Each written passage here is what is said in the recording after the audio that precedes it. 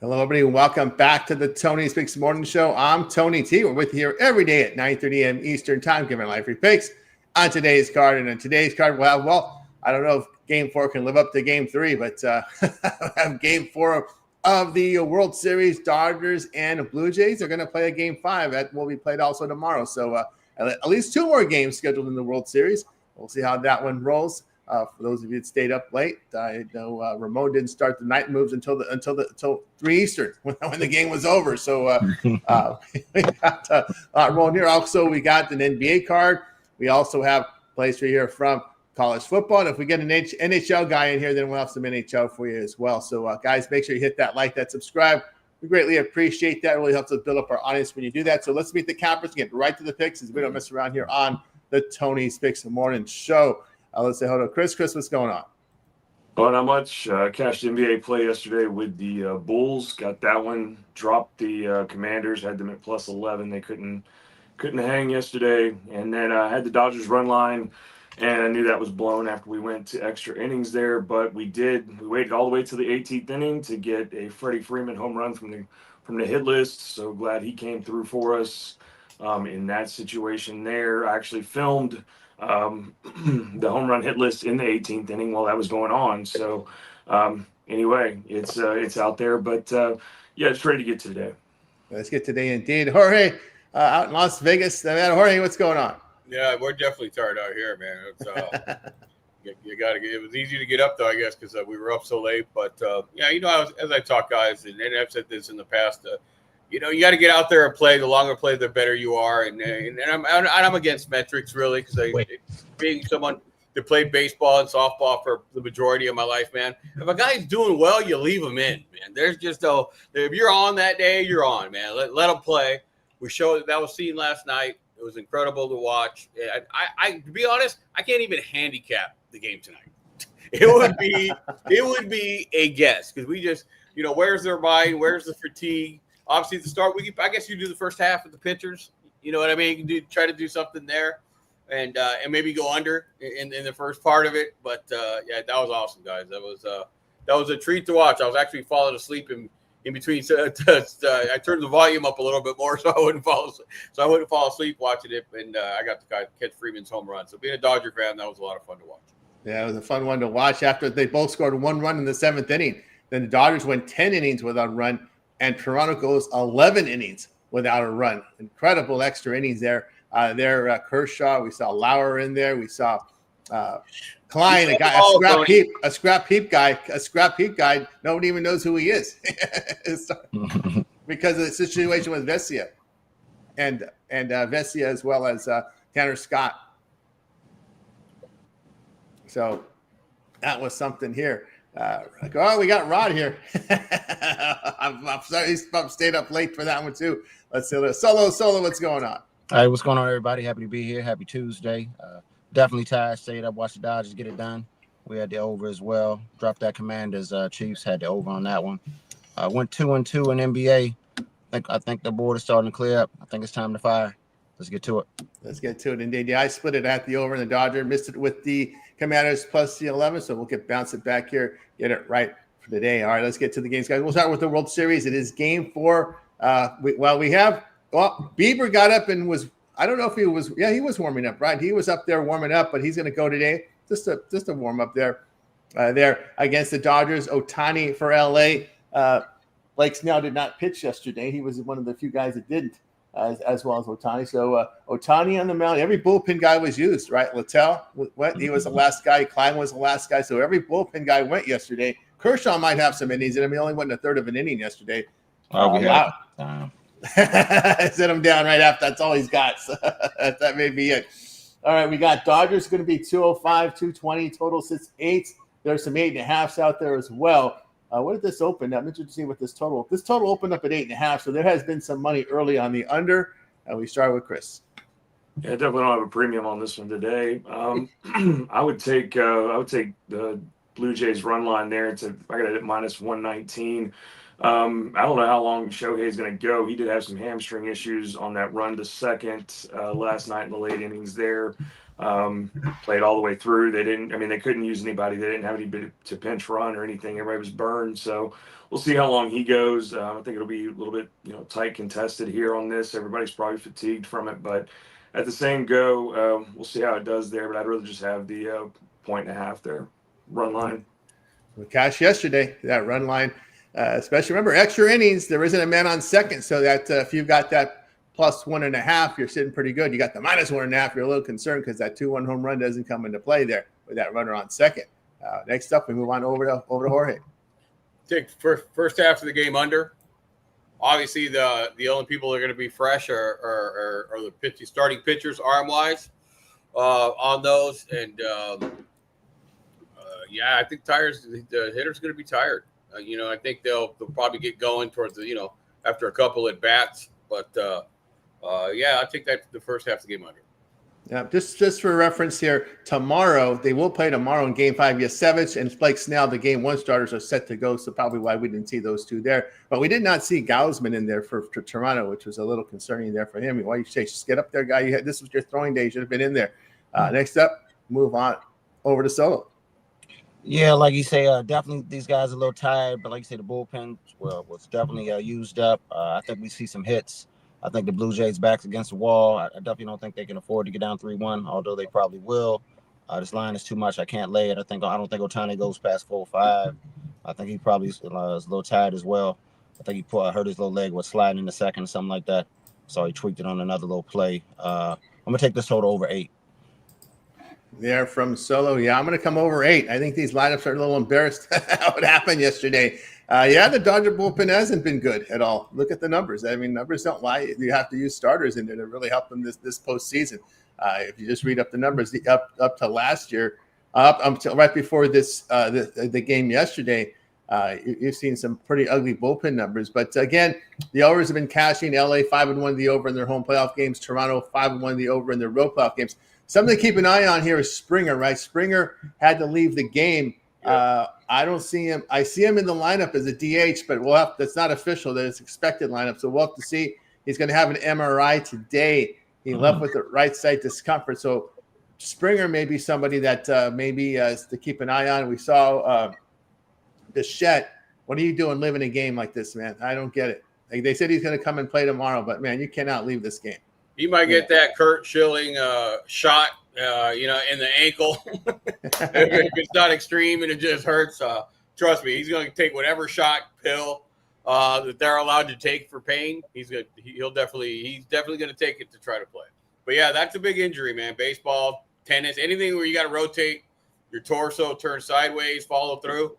That's pretty painful, man. It'd be hard for him to hit the ball.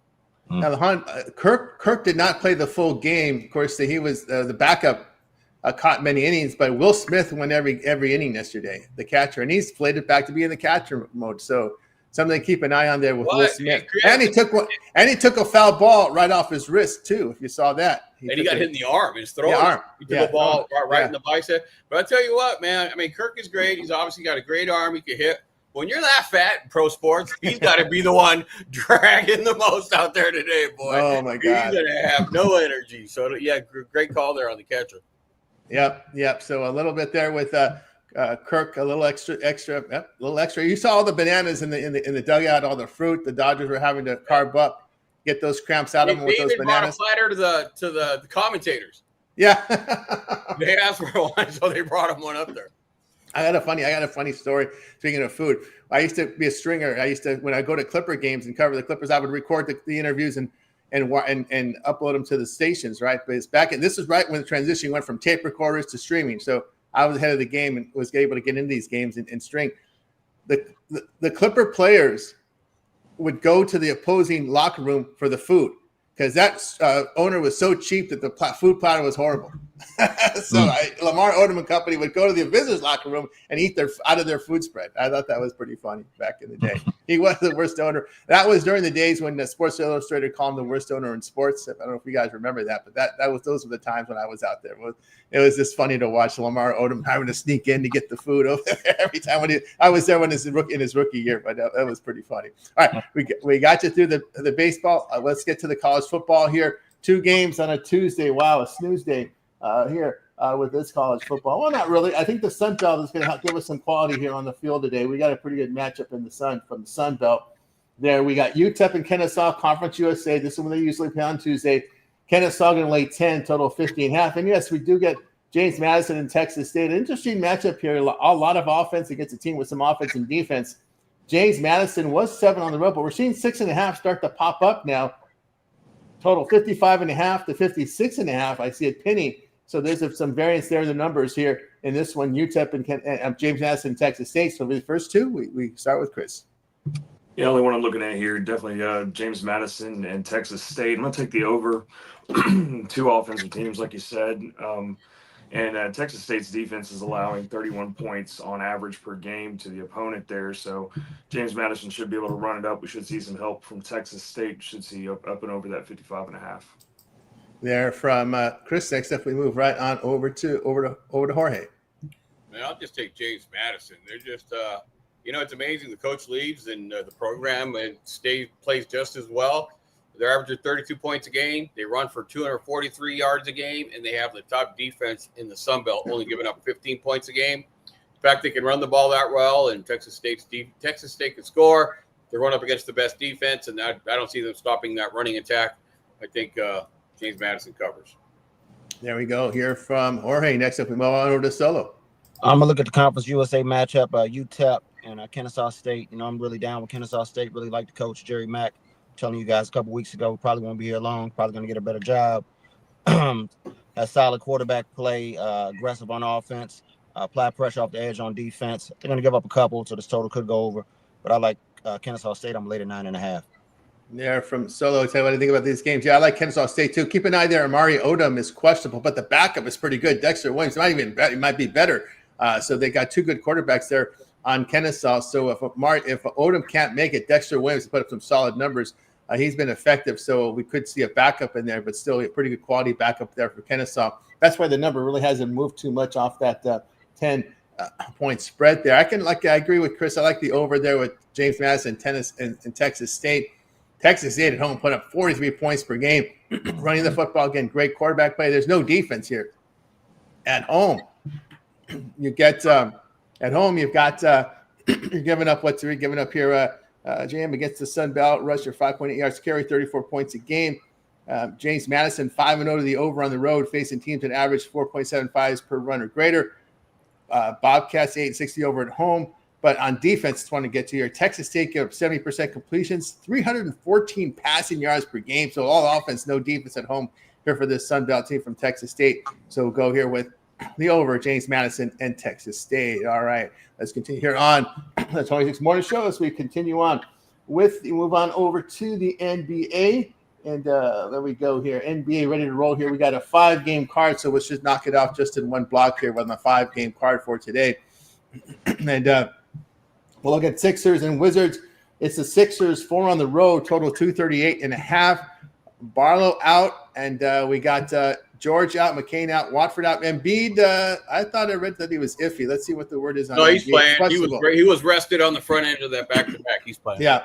I'm showing here that he's expected to play on Tuesday there. So we'll see how that rolls. Washington side, Koulibaly still out. Johnson questionable there for Washington. Hornets and the Heat. And this one, we've got the Heat going to lay 6.5, total 241.5. We got Green, Miller. Brandon Miller, that's the reason. Brandon Miller out here for the Hornets, but he's not been shooting the ball very well. Williams out for Hornets. Trey Mann questionable. On the Heat side, we know there's no Harrow, no Jaconis. We know the story with Rozier. Fontecchio questionable there for Miami. Then we move on over to Sacramento and OKC. OKC, the back-to-backer here, going to lay 10.5, total 227.5. There we've got Clifford and Murray out for Sacramento. It looks like Sabonis is in for the Kings.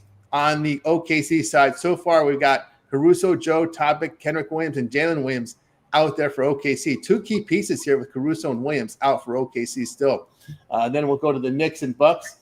Here we've got the Knicks favored 1.5. There's 2s now popping up in this one. Total 229.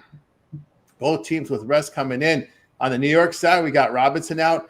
McBride, Towns, Yabusele questionable. On the Milwaukee side, no Porter, Kuzma, and Cole Anthony are questionable for Milwaukee. And then we'll close out with the Clippers and the Warriors. The Clippers road favorites. Warriors the back-to-back team here. Total 225.5. We saw what happened to the Warriors in that first back-to-back. That's probably why we're seeing why we saw money on the Clippers here, losing by 20 to Portland on their first back-to-back of the year. But I know, of course, back on the injury report as yesterday, Bradley Beal. Beal's out. Miller out. Sanders is out. There for the Clippers. On the Warriors side, no Horford, no Melton, no Dewey. So this 5-block start, we'll start with Chris. Yeah, looking at a couple here. I'm going to take the over in the Charlotte Hornets and Heat game there. I know it's 241.5, but I think we see some up and down on this one. No defense played at all there.